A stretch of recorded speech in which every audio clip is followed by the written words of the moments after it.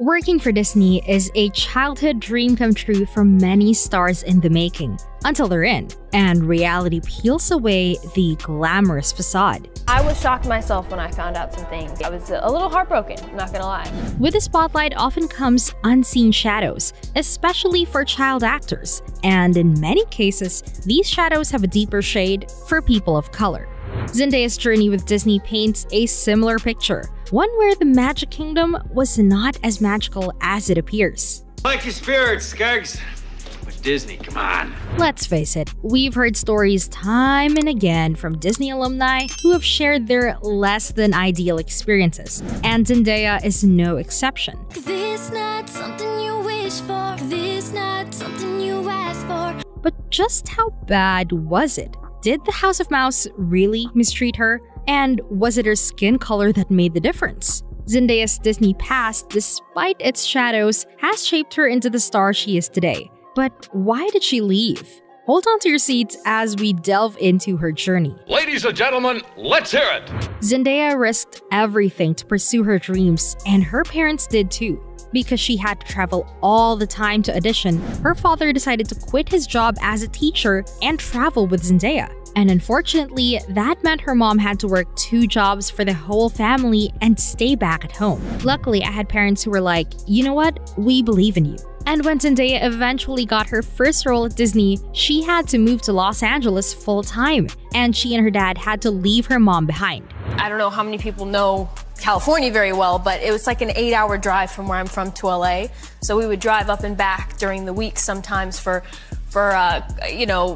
auditions, callbacks, whatever, until it was actually quite quickly that I got my Disney show when I was a kid. So sadly, this meant she had to go through her most difficult years as a girl without her mom by her side. I got my first job on the Disney Channel when I was 13, and it was just me and my dad in an apartment in downtown LA. It was so difficult because I had to deal with all the pivotal girl moments. I remember getting my period without knowing what to do. It was a weird transitional phase. Zendaya wasn't desperate to get any role, which is why she didn't feel the pressure to just accept anything for the money. And when she did get cast in a Disney show, it must have felt like a dream come true, right? But unfortunately, it was not. Her first Disney show was Shake It Up with her best friend Bella Thorne. And instead of her getting the leading role, she was given the role of Bella's best friend. That's ridiculous. So even though Zendaya was the perfect fit for the lead role, she was offered the role of the lead's best friend.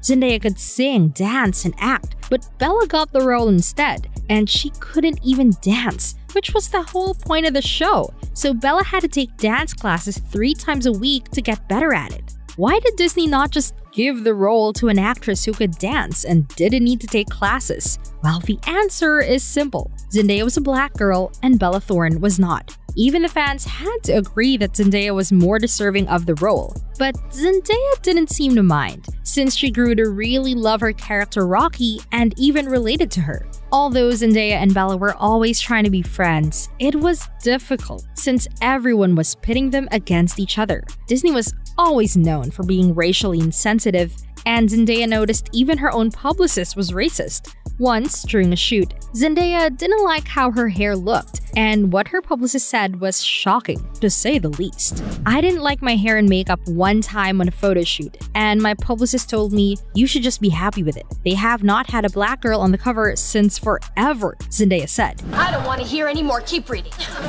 Zendaya wasted no time and fired her publicist right after, which is a queen's move. But that wasn't even the first time she struggled with her hair back in her Disney days. I have experienced hair nightmares. On the first season of the Disney Channel's Shake It Up, heat styling destroyed my hair. I was only 14 years old and I did not know how to protect my hair, so it took over 2 years to grow it back, which really sucked. Another thing fans cannot seem to forgive Disney for is the fact that Disney ruined Zendaya's singing career, which is why she never wanted to pursue a music career. If it weren't for all the Disney pressure, maybe we could have gotten more songs. You would think that, considering everything she went through, Zendaya would never work for Disney again. But that wasn't the case with her. Instead of giving up, she returned to Disney with a list of demands. and that's how she helped produce KC Undercover. Disney obviously agreed with everything because they could not afford to control Zendaya and her talent. The only way I was gonna come back to the Disney Channel was if I was in a position of more power.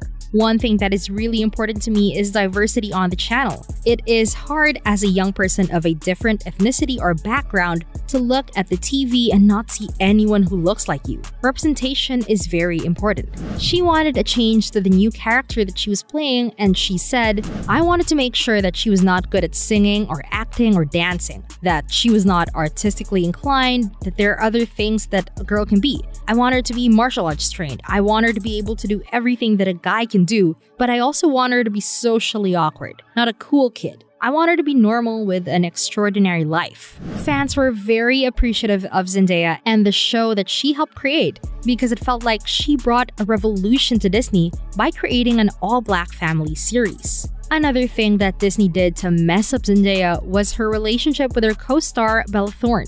Because, interestingly, despite the friendship between the two women, they started out quite rough, as Disney and their fans allegedly pitted them against each other. Speaking to Us Weekly earlier this year, Bella once opened up about her feud with Zendaya, which people around them instigated.